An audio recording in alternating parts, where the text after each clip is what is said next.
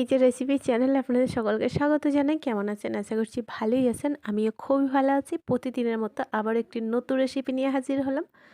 যারা পিঙ্ক নোটে পছন্দ করেন তাদের জন্য এই রেসিপিটি। চলুন কথা না বাড়িয়ে ইনগ্রিডিয়েন্টসে কী কী আছে একটু দেখে নিই ঝটপট।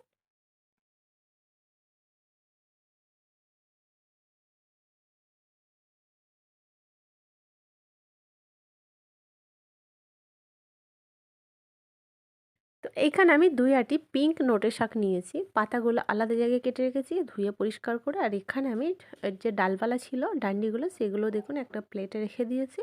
আর কাটিংটা বেশ ছোট ছোট করে কেটেছি। এখানে 2টা মাঝারি সাইজের আলু নিয়েছি, স্লাইসভাবে কেটেছি, ধুয়ে পরিষ্কার করে রেখে দিয়েছি। মশলা কি কি লাগছে একটু দেখে নেব। এখানে দেখুন অনেক কটা। এখানে আমি একটা পেঁয়াজ নিয়েছি, স্লাইস করে কেটেছি। টমেটো নিয়েছি একটা মাঝারি সাইজের, এটাও কিন্তু রাউন্ড শেপে কেটেছি।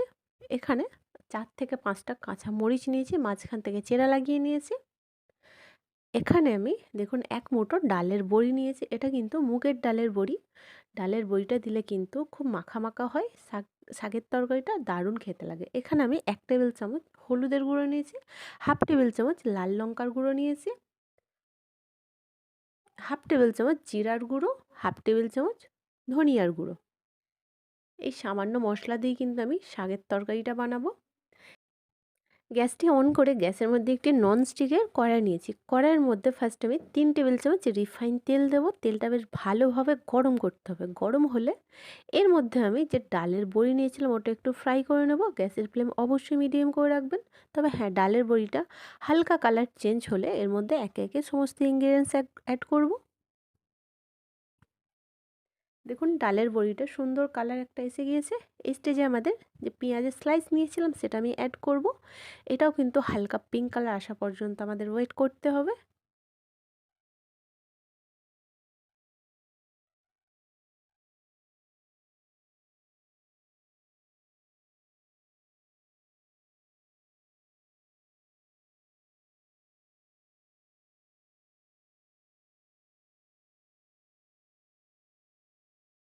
স্টেজে আমাদের যে কাঁচা মরিচ নিয়েছিলাম সেটাও আমি অ্যাড করব। আবারও কিন্তু 2 থেকে 3 মিনিট তেলের সাথে একটু ফ্রাই করে নেব।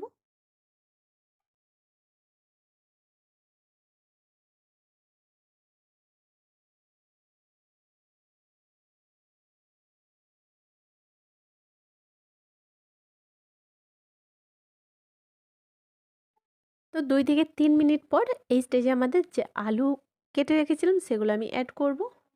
অ্যাড করার পর 6 থেকে 7 মিনিট আমাদের তেলের সাথে আলুটা একটু ফ্রাই করতে হবে। আলুর কালারও যতক্ষণ না হালকা চেঞ্জ হয়ে আসছে ততক্ষণ এটা তেলের সাথে একটু ফ্রাই করতে হবে।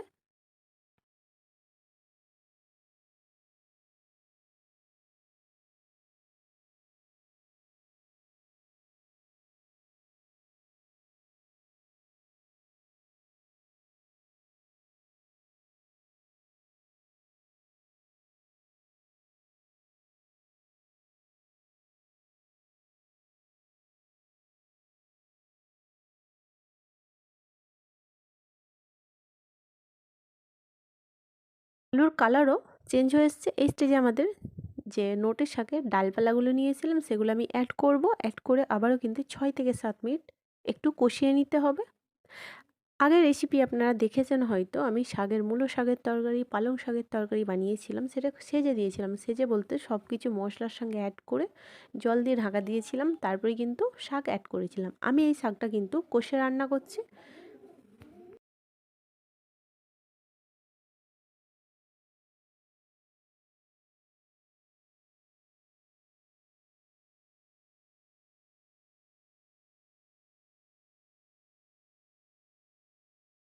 স্টেজে আমাদের যে গুঁড়ো মশলাগুলো নিয়েছিলাম সেগুলো একে একে অ্যাড করবো। ফার্স্টে আমি হলুদের গুঁড়ো অ্যাড করলাম, এরপর হচ্ছে লাল লঙ্কার গুঁড়ো, ধনিয়ার গুঁড়ো এবং জিরার গুঁড়ো।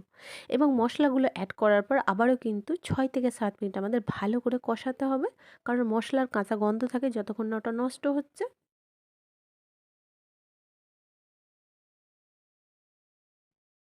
তবে হ্যাঁ, মশলাগুলো অ্যাড করার পর অবশ্যই অল্প জল অ্যাড করবেন, তাহলে কি মশলার সাথে ডান্ডি, আলু সব কিছু কিন্তু ভালো করে কষানোর সুবিধা হয়। আমি কিন্তু জল অ্যাড করেছি, আপনারাও কিন্তু জল অ্যাড করবেন। দেখুন জল অ্যাড করলে কিন্তু ভালো করে দেখতে পাচ্ছেন, ভালো করে বেশ মেশানো যায় এবং কষাতেও সুবিধা হয়। তবে হ্যাঁ, লবণটা কিন্তু অবশ্যই অ্যাড করবেন। আমি এখানে লবণ দিলাম স্বাদ অনুযায়ী। লবণটা দেওয়ার পর একটু ভালো করে মিশিয়ে নিয়ে লাস্ট হচ্ছে আমাদের জল অ্যাড করা। তো আমি এখানে ১ গ্লাস জল অ্যাড করব। জল অ্যাড করে ভালো করে একটুখানি মিশিয়ে দিয়ে সমস্ত ইনগ্রিডিয়েন্টস ওপর থেকে টমেটো স্লাইস বিছিয়ে দিয়ে ঢাকা বন্ধ করে মিডিয়াম ফ্লেমে ২০ মিনিট পর ফিরে আসছি।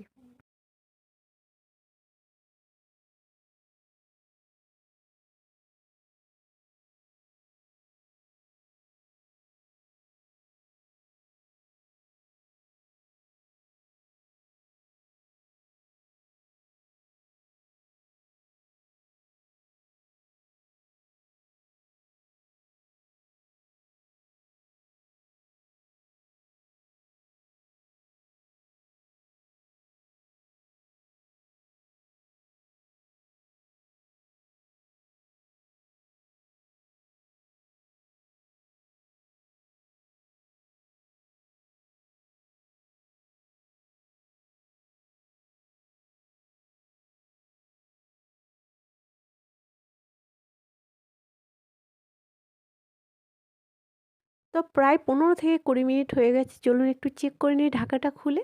আলুগুলো কতটা কুক হয়েছে আমরা একটু চেক করে নেব।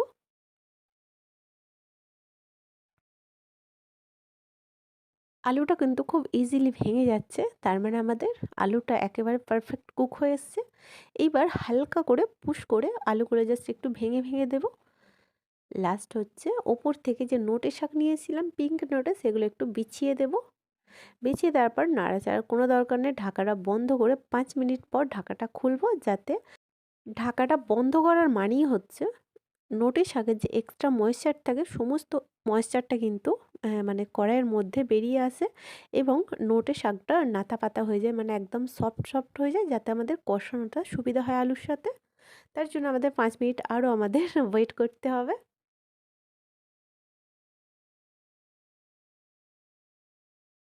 চলুন ঢাকাটা খোলা যাক দেখি কতটা শাকটা সফট হয়েছে দেখতে পাচ্ছেন আমি কতটা শাক দিলাম পুরো ভর্তি আর একদম অল্প হয়ে গেছে। চলুন একটু হাতার মাধ্যমে ভালো করে একটু মিক্স করে দিই। শাকটা তো এক জায়গাতে একেবারে জড়ো করে দেওয়া হয়েছিল তা একসঙ্গে জড়িয়ে আছে বুঝতে পারছেন। তো এইভাবে খুব আলতো হাতে এইভাবে ঝরঝরে করে নেবেন শাকটা যাতে সমস্ত আলুর সাথে এবং মানে গ্রেভির সাথে মিশে যায়। গ্যাসের ফ্লেম অবশ্যই এখানে হাই করে রাখবেন তাহলে কি হবে এই যে জলটা বেরিয়েছে ময়েশ্চারটা সেটা শুকিয়ে যাবে এবং এখানে তো আর কুক হওয়ার কোনো দরকার নেই জাস্ট শাকের সাথে আলুটা বেশ ভালো করে নেড়ে চেড়ে মিশিয়ে দিয়ে মাখা মাখা করে নিতে হবে। তো দেখুন ভালো করে মিশিয়ে নিয়েছি এবং জলটাও অনেকটা কমে এসেছে। আর একটু জাস্ট ৫ মিনিট আমাদের হলেই হয়ে যাবে পিঙ্ক নোটে শাকের তরকারি। তো হাতাটা দিয়ে এইভাবে একটু চালিয়ে যাব যাতে আলুগুলো যেগুলো গোটা গোটা আছে সেগুলো একেবারে ভেঙে ভেঙে যায় এবং আলুর সঙ্গে এবং গ্রেভির সাথে একদম মাখা মাখা হয়ে যায়। তো এইবার গ্যাসের ফ্লেম অফ করে দিয়ে ঢাকাটা বন্ধ করে ৫ মিনিট আমাদের রেস্টে রাখতে হবে যাতে ওপরে তেলটা ভেসে আসে এবং ময়েশ্চারটা একেবারে শাক আলুর সাথে মেখে মেখে যায়। চলুন ঢাকাটা খোলা যাক। মাশাআল্লাহ দেখতে পাচ্ছেন পিঙ্ক নটের তরকারি দেখেই তো আমার জিভে জল এসে যাচ্ছে। দারুণ হয়েছে না? চলুন একটা প্লেটে পরিবেশন করা যাক। আমাদের এই রেসিপিটি কেমন লাগলো অবশ্যই কমেন্ট বক্সে জানাতে ভুলবেন না। ভালো লাগলে একটি লাইক করবেন, শেয়ার করবেন। এই ধরনের নতুন, নতুন রেসিপি পেতে আমাদের চ্যানেলটি অবশ্যই সাবস্ক্রাইব করবেন। পাশে থাকা বেল আইকনটি প্রেস করবেন। ভালো থাকবেন, সুস্থ থাকবেন, সাথে থাকবেন। আবারও দেখা হচ্ছে নতুন একটি রেসিপির সাথে।